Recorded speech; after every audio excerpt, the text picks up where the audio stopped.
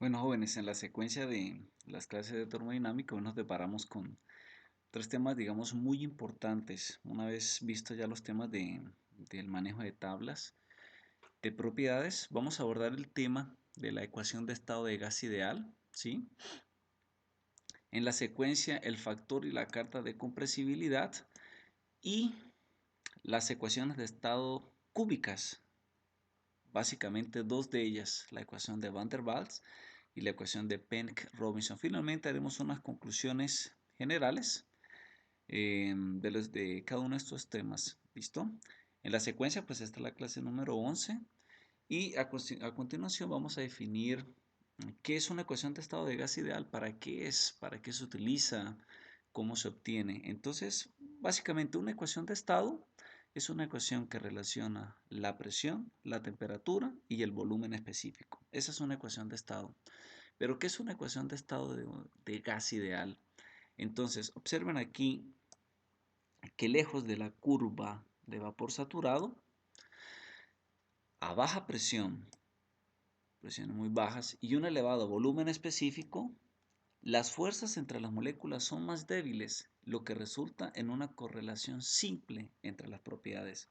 Es decir, observen aquí, a partir del diagrama de temperatura-volumen específico, para cualquier sustancia pura, ¿sí?, que la temperatura varía linealmente con el volumen específico. Lo vamos a ver aquí a partir de esa simple relación a presión constante. Lo mismo ocurre con la presión y la temperatura a volumen específico constante. Observen aquí que a mayor presión, ¿cierto? Prácticamente la temperatura varía linealmente con la presión. A mayor presión, mayor sería el valor de la constante A sub 0. Observen que ese A multiplica, que multiplica la presión, ese A sub 0 que multiplica la presión, ese multiplicador aumenta con la presión, ¿cierto? En tanto que B disminuye con el volumen específico. Entonces, ambas relaciones se satisfacen con una ecuación de estado de gas ideal. Entonces, observen aquí que sustituimos esta relación en la primera, vamos a tener una ecuación en la que la temperatura varía linealmente con la presión y viceversa. La presión varía inversamente proporcional al volumen específico. ¿Dónde tenemos eso? En un gas ideal. Es decir, en un gas ideal la presión varía inversamente proporcional al volumen específico y directamente proporcional a la temperatura. ¿Qué es un gas ideal entonces? Entonces, un gas ideal, yo sé que es un concepto que hemos manejado. Se ven aquí en esta figura, un gas ideal prácticamente que las moléculas del fluido ocupan todo el volumen que las contienen. ¿Sí? Prácticamente una molécula no siente la presencia de otra molécula. ¿Y eso cuándo puede ocurrir? Cuando la presión, por ejemplo, hablando de la presión, es muy baja. Hablamos de una presión baja con relación al punto crítico. Es decir, cuando la presión es muy baja, obviamente los efectos de compresibilidad tienden a disminuir, tienden a eliminarse y las moléculas prácticamente viajan libres, o sea, están libres. Una molécula no siente la presencia de la otra. Caso contrario ocurre en un gas no ideal, es decir, en un gas real. Las moléculas, una molécula percibe, o sea, ¿no?, las fuerzas de atracción pueden ser mayores y por tanto ellas no se comportan como un gas ideal. Entonces, esa ecuación de gas ideal nos permite relacionar la presión, el volumen y la temperatura. Esta es una de las formas de la ecuación de estado de gas ideal, ¿cierto? Aquí podemos ver las otras ecuaciones en la que la presión la tenemos en función del volumen, volumen específico, la masa y R. ¿Qué es R? R es la constante del gas y RU es la constante universal de los gases, cuyos valores las tenemos en esta diapositiva. R se relaciona con RU a partir de esta simple ecuación matemática. M es la masa molecular del gas y sabemos que la masa de la molécula es igual a la masa molecular del gas veces el número de moles. Entonces, a partir de esa ecuación podemos determinar esas tres propiedades. Podemos relacionar dos y determinar una tercera propiedad de ese gas ideal. ¿Dónde tenemos un gas ideal? Por ejemplo, cuando hablamos del agua. Observen aquí En este diagrama de temperatura versus volumen específico para el agua, los porcentajes de error que se tienen al asumir ese vapor de agua como un gas ideal. Prácticamente observen aquí que con presiones del valor de la presión atmosférica, los valores, el error es menor al 2%. O sea, prácticamente asumir, considerar el agua como un gas ideal a esas condiciones de presión para cualquier rango de temperatura, prácticamente el error es despreciable. Ya a mayor presiones, esperen que ya los efectos de compresibilidad se tornan más significativos y por tanto ya los errores de cometer, de asumir ese vapor de agua como un gas ideal, tornanse mayores, por ejemplo, a llegar al 37 o 17%. Entonces ven que esa condición de gas y de gas ideal tiende observando la figura, a ser un sinónimo de un vapor sobrecalentado. De ahí que efectivamente un vapor sobrecalentado, en este caso agua, puede ser asumido como un gas ideal en el caso de presiones bajas. Es decir, si conozco presión y temperatura, en el caso del vapor de agua, yo puedo determinar el volumen específico a partir de la ecuación de estado de gas ideal para una presión baja, observando que el error es despreciable. Entonces, ¿cómo puedo corregir esa apreciación? Es decir, el caso de asumir una sustancia, un gas o un vapor saturado como un gas ideal, ¿cómo puedo realizar esa corrección? Eso me lo permite hacer el factor de compresibilidad. ¿Listo? Ese factor de compresibilidad permite hacer una corrección a esa ecuación de estado. ¿Listo?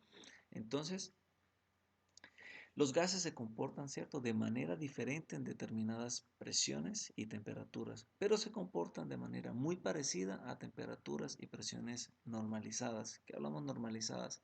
Normalizadas con relación a sus propiedades críticas, es decir, tanto presión cuanto temperatura crítica.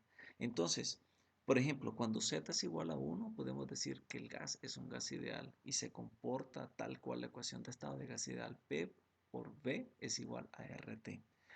Ahora, cuando Z es mayor o menor a 1, ya se comporta, o esa molécula, esa sustancia, tiende más a comportarse como un gas real. ¿Dónde puedo tomar esos valores de factor de compresibilidad? ¿De dónde los puedo extraer? Los puedo extraer de una carta que es llamada la carta de compresibilidad. ¿Listo? Esa carta de compresibilidad está normalizada, es decir, a una presión reducida y a una temperatura reducida podemos determinar el factor de compresibilidad Z para cualquier sustancia. ¿Listo? Aquí en esta figura podemos obtener, pueden percibir los factores de compresibilidad para diferentes sustancias. Por ejemplo, el nitrógeno. ¿Sí? Observen que el hecho de considerar el nitrógeno a temperatura reducida de 2, es decir, una temperatura mayor que la temperatura crítica, y presiones, por ejemplo, reducidas entre 0 y 1, prácticamente el error es despreciable, es decir, Z es muy casi de la orden de grandeza de 1, o sea, el error es muy despreciable. ¿Listo? Cosa diferente podremos decir del butano a esas temperaturas reducidas de 1, es decir, a una temperatura igual que la temperatura crítica, y presiones reducidas de la orden de 1 también. Miren que el factor de compresibilidad Z es de 0.2, es decir, el gas de butano en esas condiciones se desvía mucho del comportamiento de gas ideal. En este diagrama de compresibilidad versus presión, extraído del libro de Sontag, para el nitrógeno, observen que el nitrógeno puede ser considerado un gas ideal para temperaturas absolutas de 300 Kelvin, aproximadamente la temperatura ambiente, y presiones de 0, prácticamente tenemos un gas ideal, hasta 40 megapascales, hasta aproximadamente, 8 megapascales. Es decir, en este rango podemos considerar el nitrógeno como un gas ideal. ¿Listo? Ya a partir de esa temperatura y mayor presión, observen que el valor del factor de compresibilidad tiende a incrementarse. ¿Listo? Esa relación de PR y TR normalizadas con la presión crítica y la temperatura crítica respectivamente, se conoce como el principio de los estados correspondientes. Ese principio de los estados correspondientes lo podemos encontrar en estos diagramas que se ven, digamos, bastante nutridos, con muchas líneas, tanto de presión reducida como temperatura reducida, para cualquier sustancia, cualquier gas.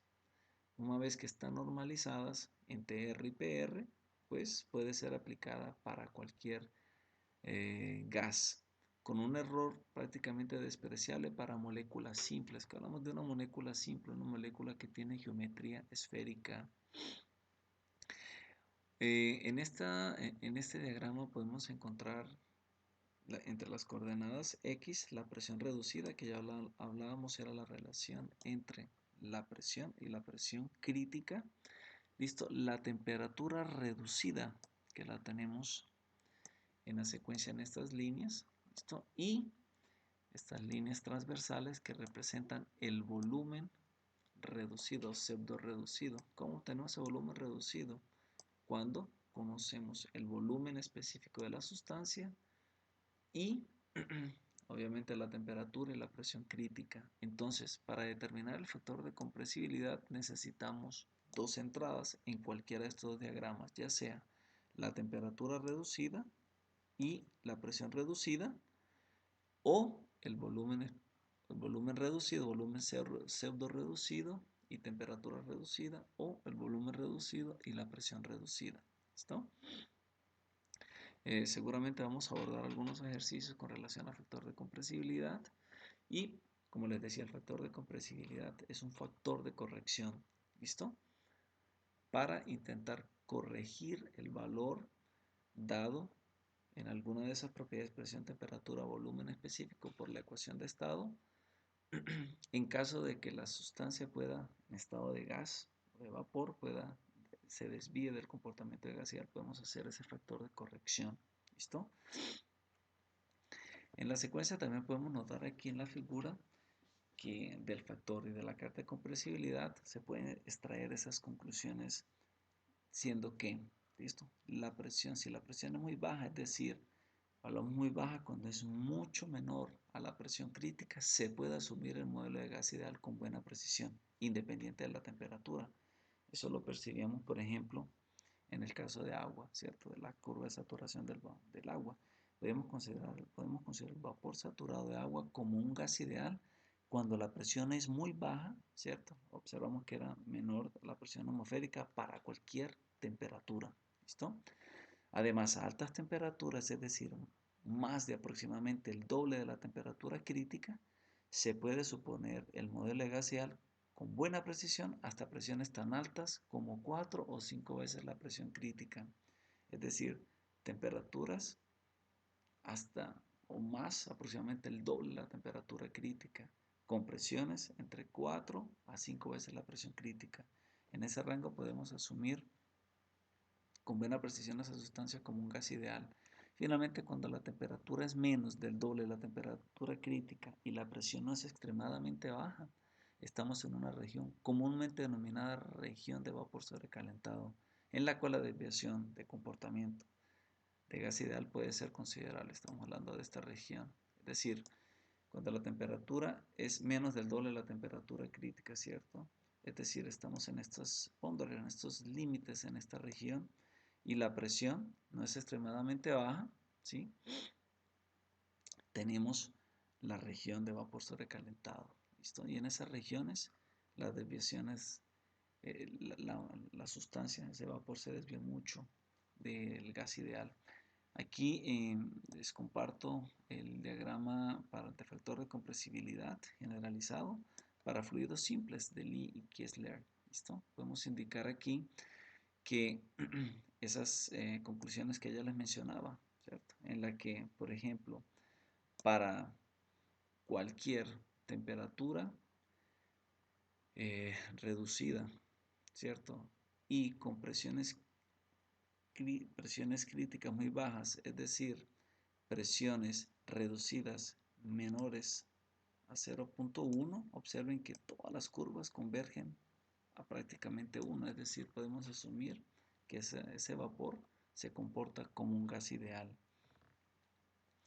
Eso con relación a la carta de compresibilidad y la medida o la corrección que se hace, ¿cierto? Cuando la sustancia se desvía del comportamiento del gas ideal y es un gas, prácticamente es un gas. Pero en muchos casos es necesario determinar o conocer el comportamiento de las sustancias de la molécula en regiones diferentes a las de gas o vapor sobrecalentado, o tener una descripción más detallada del comportamiento de la sustancia en un rango más amplio, tanto de presión y de temperatura o de volumen específico, ¿cierto? Para ello, pues existen ecuaciones de estado mucho más robustas que la ecuación de estado de gas ideal, ¿listo? Y ellas nos pueden representar con gran precisión y sin limitaciones el comportamiento de presión, de volumen específico y de temperatura, es decir, el comportamiento PVT de sustancias en una región mucho más grande, ¿cierto? Naturalmente, como pueden observar, estas ecuaciones pues son más complejas. Partimos de la ecuación, digamos, de la primera ecuación de tipo cúbica que fue postulada por el científico alemán Van der Waals. De hecho, le valió el reconocimiento para ganar un premio Nobel. Y es la primera ecuación de tipo cúbica que tiene en cuenta las fuerzas moleculares de las sustancias. Observen aquí que R representa la constante de estado, T la temperatura, ¿listo? B el volumen específico y V representa el volumen específico y V es un factor de corrección, es decir, observen que aquí tenemos una diferencia de volumen, siendo este el volumen que ocupa la molécula de la sustancia y ya representa las fuerzas de atracción de la molécula, es decir, es una ecuación de estado que aunque se ve muy simple, lleva mucho la física del comportamiento, ¿cierto? De la interacción de las moléculas. A y B son dos constantes que se pueden determinar para las sustancias a partir de estas dos ecuaciones, ¿listo?